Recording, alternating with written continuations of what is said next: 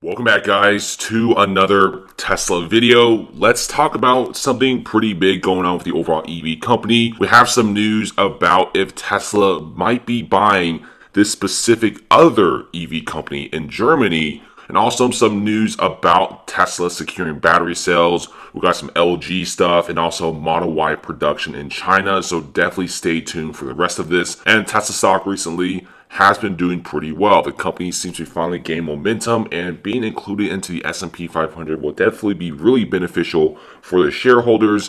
And if you guys are playing options and have calls, you probably made a ton of money. Now, let's talk about the overall company at this second, because Tesla might be buying a commercial electric vehicle maker called Street Scooter. And this is kind of proposed by a German official. Whether or not they'll buy it is a whole different thing, but after looking at the business model and what's going on with Street Scooter, it seems like if Tesla does buy Street Scooter, it could be a pretty big money maker. Now, at this current moment, a German official is pretty much trying to persuade Tesla to purchase this commercial electric vehicle company, Street Scooter. He also personally reached out to Elon Musk, and since Musk is building the Berlin Gigafactory, he's probably in Berlin a few times every single year. And at this time, delivery vehicles are getting pretty popular. I mean, you got companies like Workhorse, they're making the last mile EV van, and Workhorse has been doing pretty well. There's a lot of interest in the overall company and stock. This is why they've been growing so rapidly.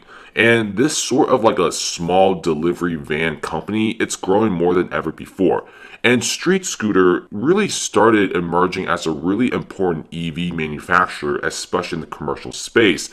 Now, if you look around, the company has 2 factories right now, and it may double its production to 20,000 vehicles per year. All electric.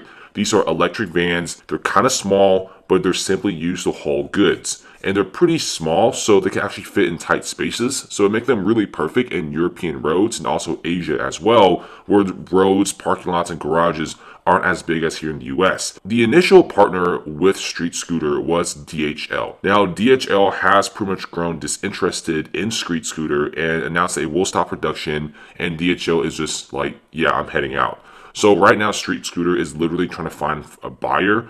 Their first thought was go to China, but then they're like, nah, it's going to take too long, and there's just not that much interest in China to purchase Street Scooter. So now, literally a member of the German parliament came out and said, hey, Tesla, why don't you come over and buy this and resume some production? Because so far, Street Scooter is pretty decent.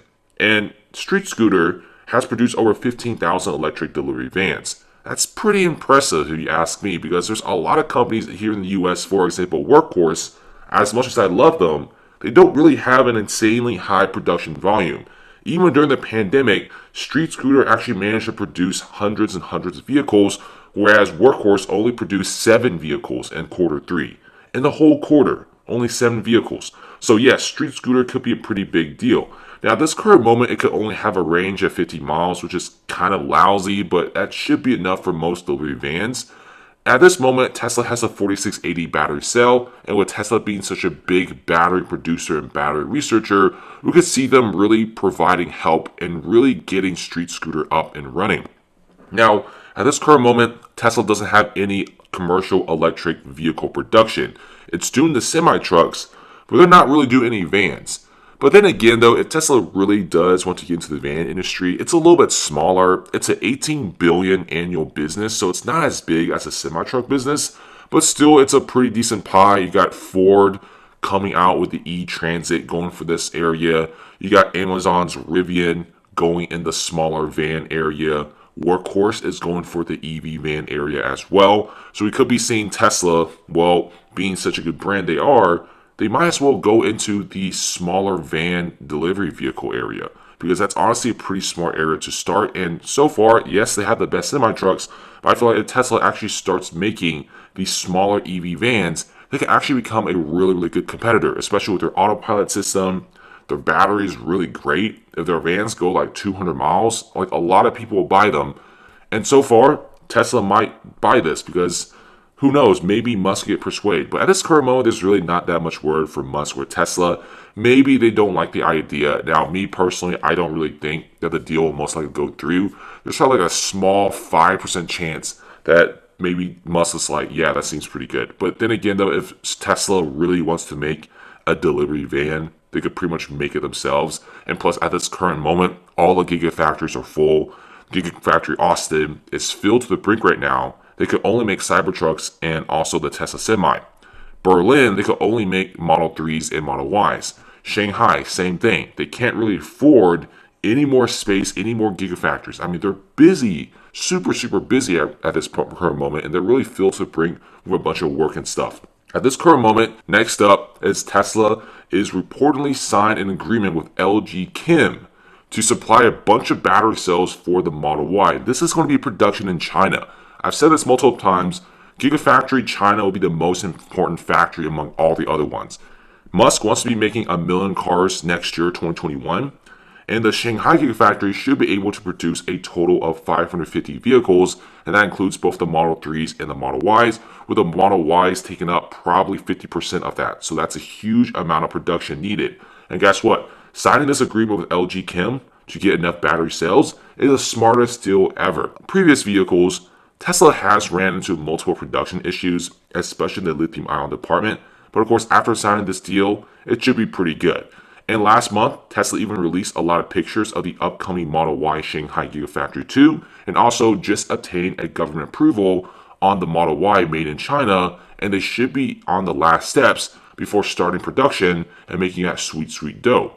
And now, Tesla signing this deal with LG Chem is pretty smart, especially how Tesla has been experiencing with a different amount of battery manufacturers for quite some time. They also work with Panasonic. Now they're going with LG, so it's looking pretty good.